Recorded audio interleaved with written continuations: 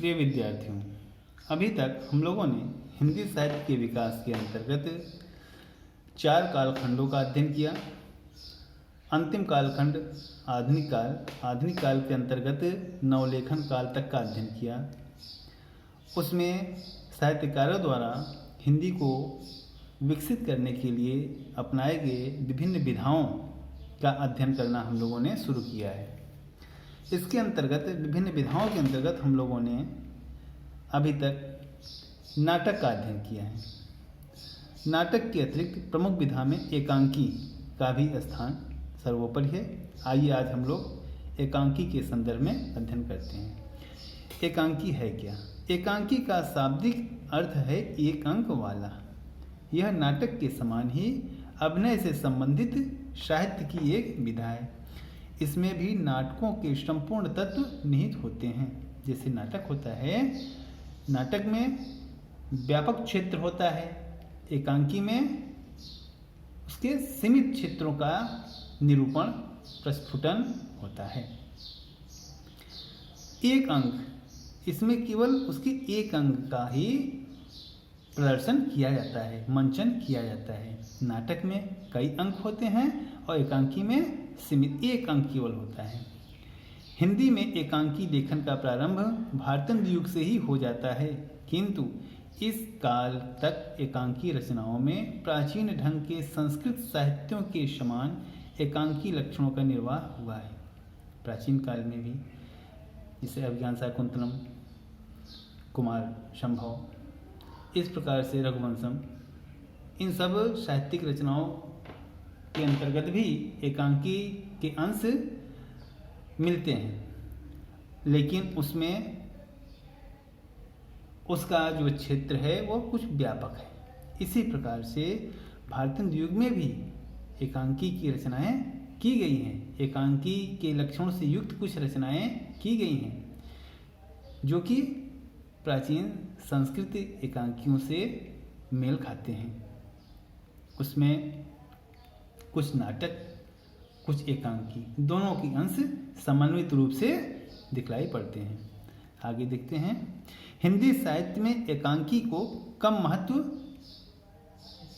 प्राप्त हुआ है। इसका प्रमुख कारण क्या है कि एकांकी का समय मात्र 15-20 मिनट का होता है। इसमें केवल एक अंक का रंगमंच पर प्रदर्शन होता है, लेकिन इसके लिए नाटक जैसी ही सारी व्यवस्थाएं करनी पड़ती हैं। यह खर्चीला भी हो जाता है और व्यवहारिक दृष्टि से अधिक कठिन साध्य हो जाता है।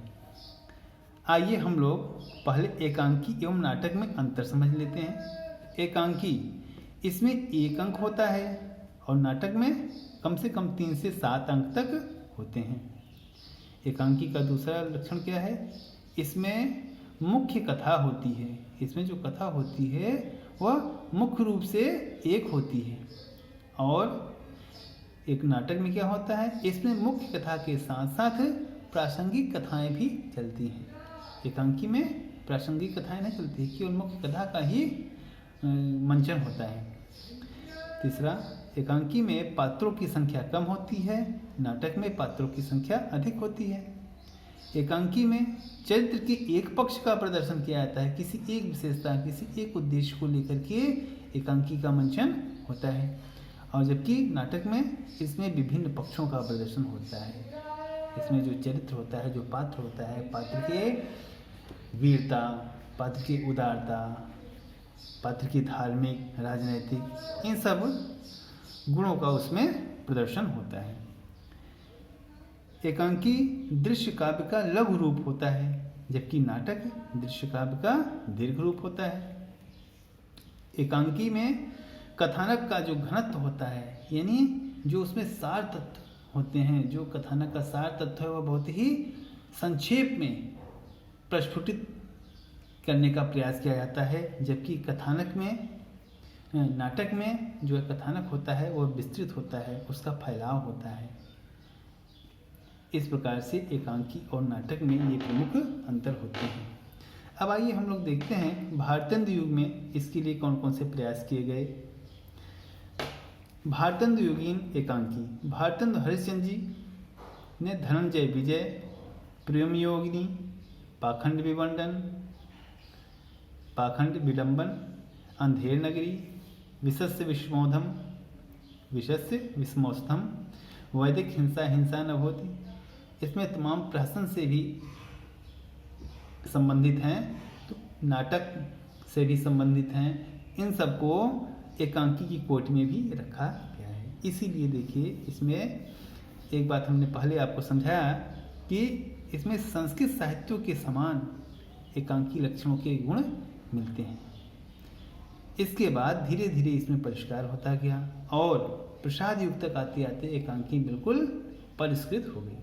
आगे देखते हैं। बालकृष्ण भट्ट दुखनी बाला रेल का विकट खेल नाम से एकांकी लिखा है। द्विवेदी युग में एकांकी का क्या स्तर रहा, इसमें किन किन साहित्यकारों ने किस प्रकार से सर्जना की है।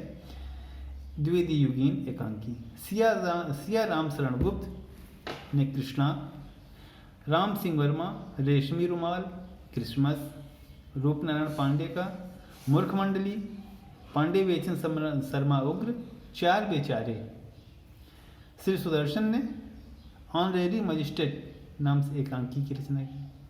वास्तव में हिंदी एकांकी का प्रादुर्भाव, जैसे हमने आपको बताया कि हिंदी में एकांकी का वास्तविक जो जन्म हुआ वो प्रसाद युग में जयशंकर प्रसाद द्वारा रचित एक घूंट एकांकी से होता है, जिसकी रचना 1930 में जयशंकर प्रसाद ने किया था।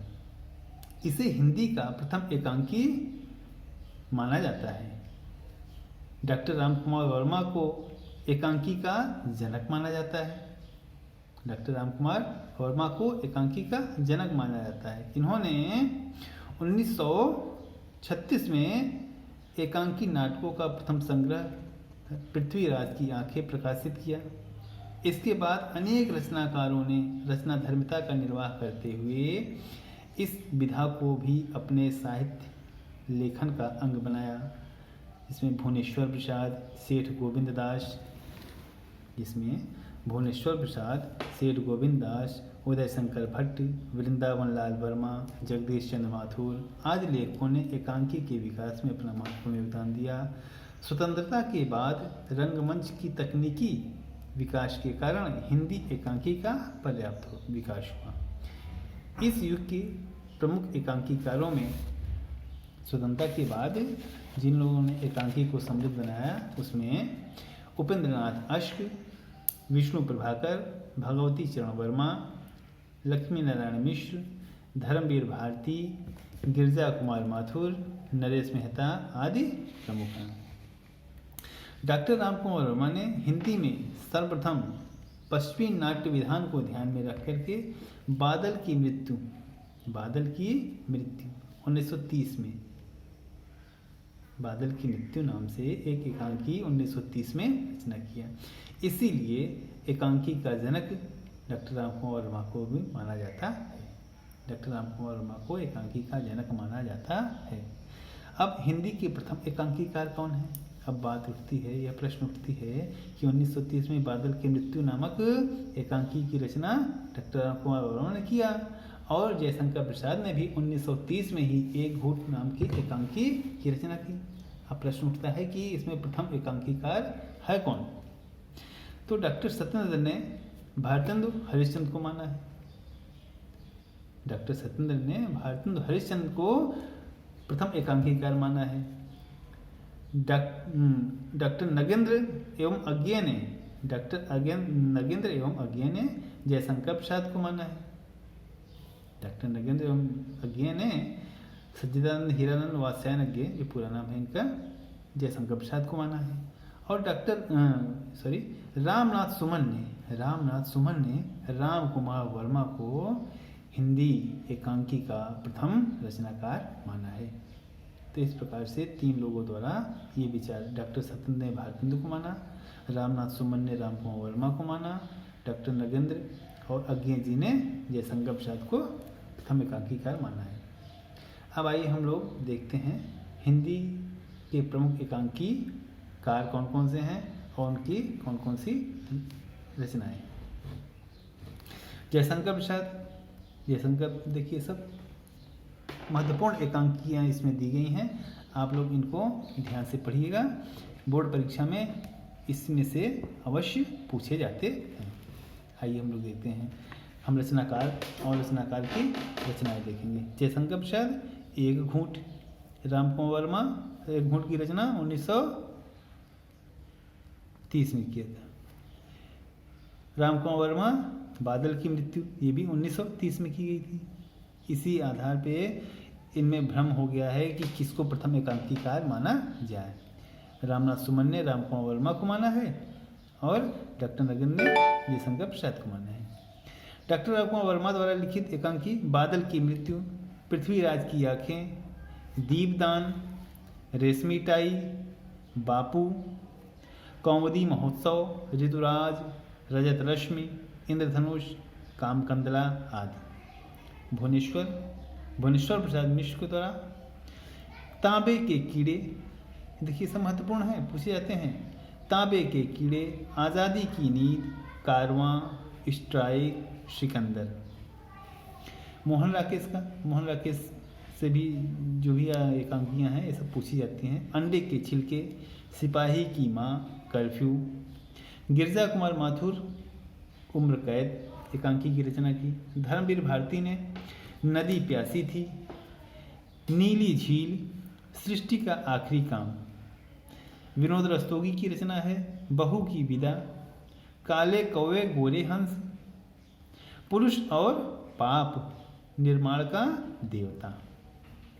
सेठ गोविंद दास की एकांकी स्पर्धा, मानव मन, मैत्री, वह मरा क्यों, बुद्ध की एक शिष्या, पंचभूत। उदय शंकर भट्ट की रचना है स्त्री का हृदय, धूम शिखा, पर्दे के पीछे, आज का आदमी, एक ही कब्र में, दुर्गा, नेता, नए मेहमान। देखिए नए मेहमान महत्वपूर्ण है। विष की पुड़िया आदि। पांडे बेचन समाज उग्र की चार बेचारे। गंगा प्रसाद श्रीवास्तव की एकांकी मिट्टी का शेर। लक्ष्मीकांत वर्मा का है अपना अपना जूता। उपेंद्रनाथ अश्क का लक्ष्मी का स्वागत, पापी, जोंक, स्वर्ग की झलक, चरवाहे। जगदीश चंद्र माथुर भोर का तारा, मेरी बांसुरी, मकड़ी का जाला, कबूतर खाना, बंदी। गणेश प्रसाद द्विवेदी का है सुहाग बिंदी, वह फिर आई थी। लक्ष्मी नारायण मिश्र का है पर्वत के पीछे, ताजमहल के पीछे, दूसरा दरवाजा। आरसी प्रसाद सिंह का है टूटे हुए दिल, कलंक मोचन, समझौता। सुदर्शन द्वारा रचित एकांकी राजपूत की हार। जैनेन्द्र कुमार की एकांकी टकराहट। चतुर्सेन शास्त्री की, ये देखिए पूछा जाता है, रूठी रानी। चतुर्सेन शास्त्री की एकांकी है रूठी रानी। राखी, पन्नाध्याय। विष्णु प्रभाकर जो कि महत्वपूर्ण एकांकी लिखे हैं प्रकाश और परछाई। विष्णु प्रभाकर का है प्रकाश और परछाई। इंसान, ऊंचा पर्वत, गहरा सागर। ऊंचा पर्वत, गहरा सागर। क्या वह दोषी था, ये रेखाएं, ये दरारें। आंचल और आंसू, प्रतिशोध, बंटवारा, नया समाज, सरकारी नौकरी, वापसी। वापसी महत्वपूर्ण है, यही पूछा जाता है। तो इस प्रकार से प्रमुख एकांकी और उसके रचनाकारों का हमने आज अध्ययन किया। इसको आप लोग अच्छे ढंग से नोट्स बनाइए और अच्छे ढंग से प्रश्नों के माध्यम से पूरे एकांकी को तैयार कीजिए। ऑब्जेक्टिव टाइप क्वेश्चन जो परीक्षा में पूछे जाते हैं इन्हीं सब से पूछे जाते हैं। आप लोगों के पास समय है, आप लोग घर पर रह करके सुरक्षित पढ़िए। ठीक, अब अगले टर्न पर अगले क्लास में हम लोग उपन्यास, कहानी, इन सब के बारे में अध्ययन करेंगे। धन्यवाद।